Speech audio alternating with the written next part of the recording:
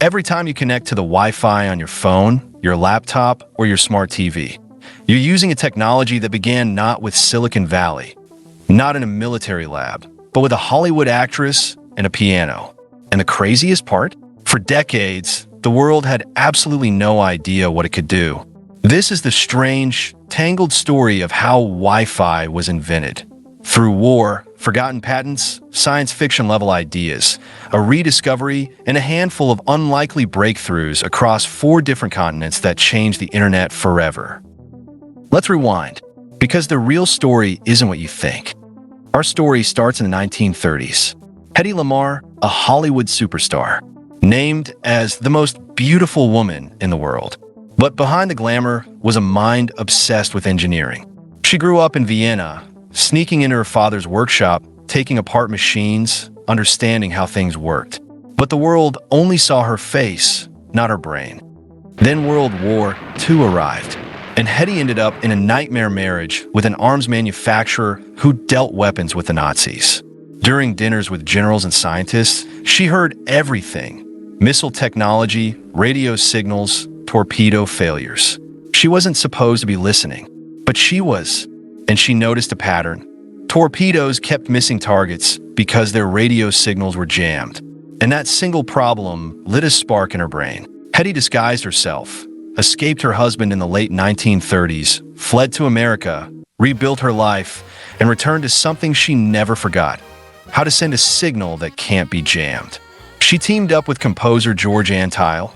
Yes, a music guy, because he understood synchronized patterns. Together, they created something absurdly ahead of its time, a system where the torpedo's radio signal would constantly hop between frequencies, jumping rapidly, unpredictably, making it impossible to jam. They called it frequency hopping spread spectrum. It was Wi-Fi's great-grandfather. It was elegant, brilliant, and extremely dangerous to the war effort if ignored. Then in 1940, during World War II, the U.S. Navy faced the same problem. They had radio-guided torpedoes, but the guidance system was weak. Enemy ships can jam the signal easily, causing torpedoes to veer off course. So Hedy Lamarr patented it as Secret Communication System in 1942 and gave it to the U.S. Navy for free. The Navy's response? Cute little trick, but too expensive, because their design relied on synchronized piano rolls. Yes, something analogous literal to piano rolls inside torpedoes. For 20 years, her work was locked away, classified, forgotten. But like a spark under ash, it was waiting. 3 decades later, the world has changed. Computers are rising. Digital data is becoming important. And radios? They're no longer giant vacuum tube monsters. Transistors made everything smaller, faster, and more precise, suddenly making frequency hopping possible. Electronics can now hop frequencies without piano rolls. And the world desperately needed wireless communication. Military engineers were looking for secure communication systems for ships and satellites. In 1971, at the University of Hawaii, engineers working on the ALOHA network rediscovered challenge: how to let multiple devices share the same radio channel without a collision destroying all communication. Their solution: send data in short packets, randomly, and if 2 packets collided, just retry. It was chaotic, yet worked. Every device waits for a clear moment, then sends its data. ALOHA proved this radical idea: wireless packets over a shared channel. In a crowded radio environment, data could still flow. It became the world's first wide-area wireless data network. This idea of packet radios becomes the second ancestor of Wi-Fi. Now we had 2 foundations for wireless network: frequency hopping, robust radio, and packet networking, robust data. But here's the twist: Hedy had no idea of all these developments. Got no credit, no money, no recognition. By the 1980s, several countries started attacking the problem from different angles, without knowing each other were doing the same thing. In the United States, military and federal agencies refined spread spectrum. They push digital radio systems that are interference resistant.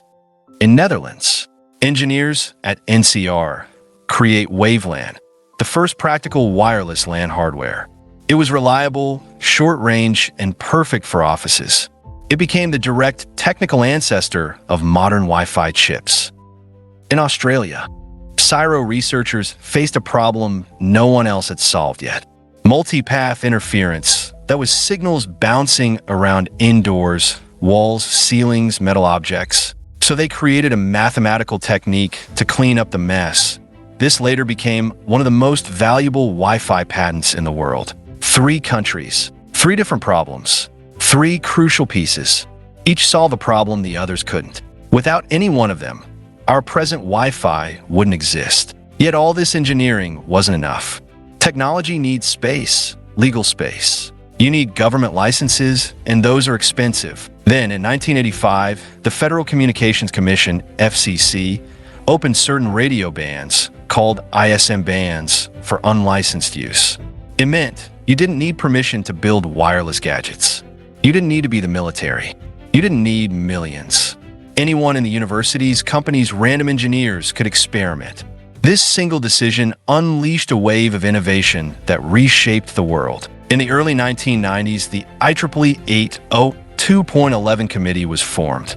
They took everything from spread spectrum principles, ALOHA packet-based networking, WaveLAN hardware, CSIRO's interference handling, cheap transistors, ISM free spectrum, and merged them into a standard. In 1997, 55 years after Lamarr's patent, they ratified the first wireless LAN standard.